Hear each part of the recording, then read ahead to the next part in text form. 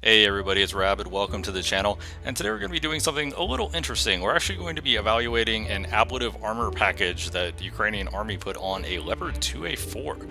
We're going to see how effective it is and do a basic breakdown of the types of attacks these tanks can expect and the types of attacks that this armor package seems to be trying to cover against, along with places that a tank is likely to get hit.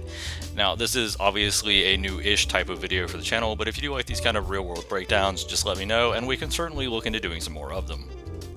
Now, looking at this particular Leopard 2A4, one of the most noticeable features is the addition of Explosive Reactive Armor, or ERA. Now, the specific model of ERA being used here is the much smaller bricks, the Contact 1. This was one of the earliest mass-produced forms of Explosive Reactive Armor.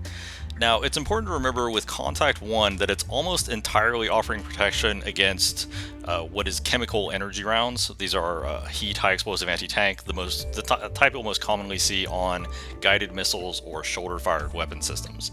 It does offer some protection against kinetic, although it's low enough that it's probably not going to have that much of an impact.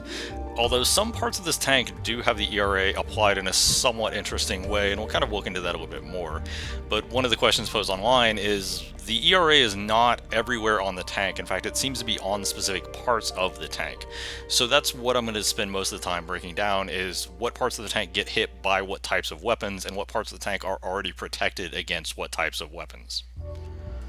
And we're going to start off by looking at the hull. Now, if you look at a standard Leopard 2A4 hull, you'll notice these three side skirts in the front of the tank are actually much thicker than the rest of them. The three side skirts are actually Chobham armor on the front, and the rest are actually structural steel. Now, this is pretty common practice. Most main battle tanks are designed to protect against roughly a 30-degree arc in the front, so 15 degrees to either side. And if you are shifted 15 degrees to the side, a lot of your shots are going to be going through that Chobham and not necessarily that back armor.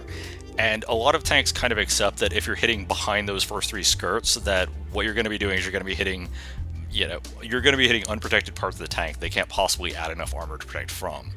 However, there has been a change, and recently, especially with a lot of the asymmetric combat, you see this most obviously on the Abrams, the more recent versions of the SEP that have the explosive reactive armor package. The Abrams normally only has the three front side skirts as ballistic, the rest are actually structural. However, the explosive reactive armor packages for like the Tusk do extend all the way across the skirting, so it's kind of an additional layer of protection against manned portable weapon systems, and that's where we see a line of ERA going all along the side skirts, not just the Chobham. And in fact, they're not on the Chobham blocks at all, likely because the Ukrainians have found the Chobham is perfectly fine against these types of attacks. So that part isn't struggling, so they're not bothering to reinforce it. Additionally, you'll notice there's not any ERA on the front of the hull at all, the upper plate or the lower plate. This likely has to do with probability of attack and ability to protect against certain types of attacks.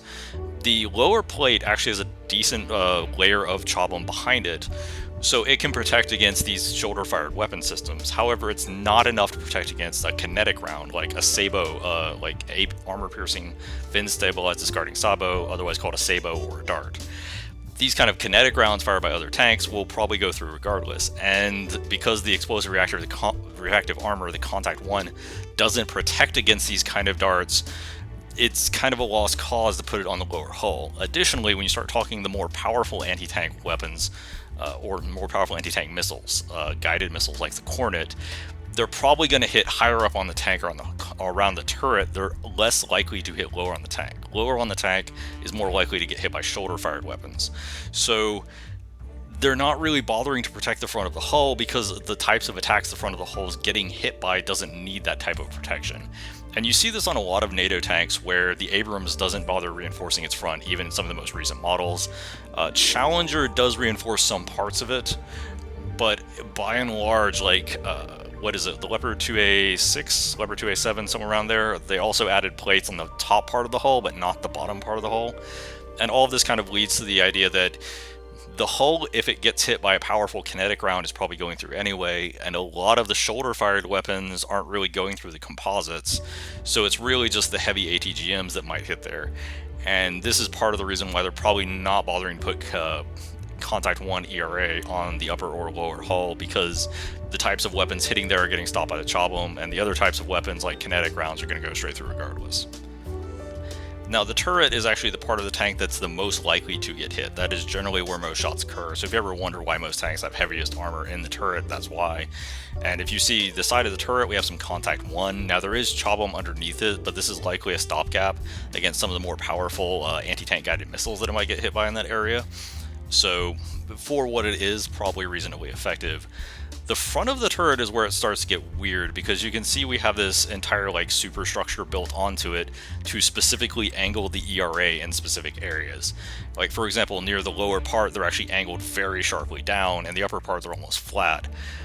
Now, this is actually a technique you'll see used on a lot of Soviet tanks, wherein the ERA will be angled outwards instead of just perpendicular. That way you're not just trying to absorb and push all of the energy back, you're actually pushing it upward and trying to deflect it out.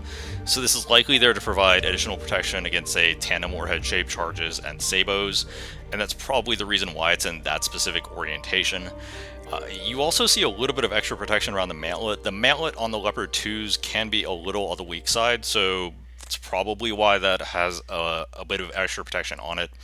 Overall, it does look like, if we're evaluating this armor package, it is trying to basically take the parts of the vehicle that are the most vulnerable, say the sides of the hull, the sides of the turret, and put extra armor on them, and it's also trying to take the parts of the tank that get hit the most, like the front of the turret, that already has some decent armor, and add some additional armor on top of that to decrease the likelihood of penetration. So overall, if I were rating this, I think it's reasonably effective. I don't think, with the way the Leopard 2's armor profile is designed, that contact 1 on the hull would necessarily be all that useful.